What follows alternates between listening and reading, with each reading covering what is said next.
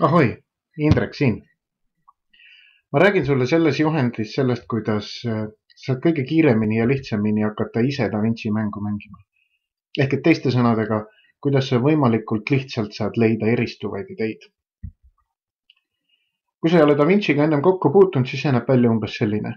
Klassikaline mängulaud, täring, nupud, liivakell, kordamööda veerendatakse, käiakse edasi ja sooritatakse 3 tüüpi tegevusi. Ideede genereerimine, nende edasiarendamine ja nende mängukaaslastele maha müümine. Aga et kõige paremini aru saada, räägime kõigepealt ideede genereerimisest. Aga veel enne sa pead oma tiimis kokku leppima küsimuse, millega te tegelete. See on nagu klassikaline ajurünnak, sul on vaja ühte konkreetset küsimust, millega sa läbi terve mängu tegeled, millele sa vastuseid otsid. See ei saa olla miks küsimus, mis eeldab tavaliselt mingisugust analüüsi. See peab olema küsimuse formuleering, mis võimaldab suurt hulka erinevaid vastuseid. Eesti keeles algab see tavaliselt küsisõnaga kuidas või fraasiga mida teha selleks, et. Proovige erinevaid küsimuse sõnastusi ja valige välja see, mis on kõige täpsem. See tehnika on imelihtne. Ma toon sulle ühe näite. Oletame, et meie küsimus on, et mida teha vabal õhtupoolikul Tallinna kesklinnas. Ma ei tea, mis mõtted sulle tulevad, aga kui ma olen seda sellesama näite raames inimeste käest küsinud, siis nad pakuvad kõikvõimalikke tavalisi asju. Läheks kinno, läheks teatrisse, läheks keeglit mängima, vanalinna jalutama, parki jalutama, sõbrale külla, mida iganes. Tavalised mõtted, mitte midagi erilist. Aga ma pakun sulle nüüd selle ülesande jätkuharjutuse ja mõtle sellele samale küsimusele, mida teha vabal õhtupoolikul Tallinna kesklinnas ja vaata seda pilti. Ma usun, et sul tulid mingisugused teistsugused mõtted. Need mõtted võivad sul olla seotud otseselt selle pildiga, aprillirahutuste pilt, eks ole, või need mõtted võivad sul olla seotud sellega, mida sa tead nii-öelda taustateadmisena. Siit pildi pealt ei paista, et see on tehtud R-kioski eest, aga enamus eestimaalasi teavad seda. Siin pildi peal ei ole kirjas, et see on aprillirahutuste pilt, aga enamus teavad seda. Siin pildi peal ei ole kirjas, et ta on need asjad sealt R-kioskist pätsanud, aga enamus teavad seda. Nii et su ideed võivad hakata pihta sellest pildist, aga nad ei pea üks ühele olema seotud selle pildiga. See pilt on nagu impulss, mis annab alguse su mõtetele.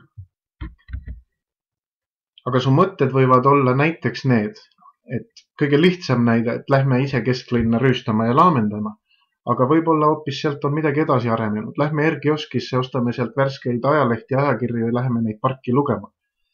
Või läheme oma vene rahvusest sõjaväekaaslasele külla, kes elab juhtumisi Tallinna kesklinnas ja keda me pole 20 aastat näinud. Või veel 3., 4., 5. mõte, ükskõik. Tulles nüüd tagasi alguse juurde, 3 tüüpi tegevused, siis need, millest me praegu rääkisime, on need tegevused number 1 ehk persooniga seotud tegevused. Sa satud mingisugusele ruudule, kus on mingisugune persoon ja sa kasutad kas seda pilti või seal pildi juures olevaid sõnu selleks, et oma mõtte alguskoht panna kuskile uude kohta. Teist tüüpi tegevused on arendakaardiga seotud. Kui sa satud sinna ruudule, siis sa võtad kaardipakist ühe kaardi ja loed ette selle ülesande. Ja kas siis sina või terve meeskond lähtuvalt sellest, mis seal kirjas on, tegutsete nii, nagu seal on öeldud. Ja 3. tegevused on seotud sellega, kui te hakkate oma ideid teistele tutvustama. Esimeses etapis sa panid oma ideed ainult A4 paberile kirja ja teistele ei rääkinud. Nüüd, kui sa satud müüväljale, valid sa ühe oma kirja pandud idee ja räägid seda teistele 1 minuti jooksul.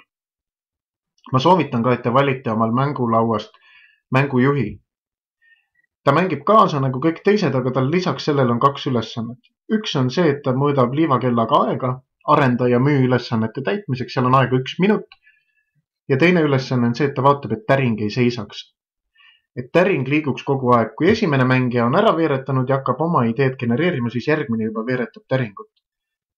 See tagab selle, et on kõrge tempo, see tagab selle, et teie järgmine mängukord tuleb väga kiiresti kätte, järgmine veeretamise kord. Ja see tähendab, et te peate kirja panema esimese spontaanselt pähe tulnud idee, teil ei ole hakata aega kaaluma, kas see on hea idee või halb idee.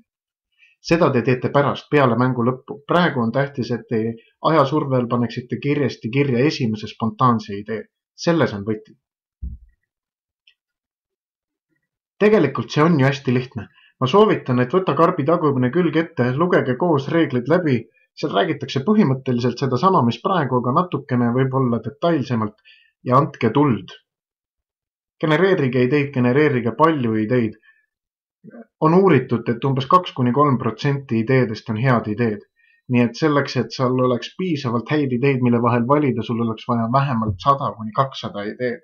Ja selle sa saad 1,5 tunniga selle mänguga kätte, kui sul on 4–6 inimest ümber laua. Ma soovin sulle edu.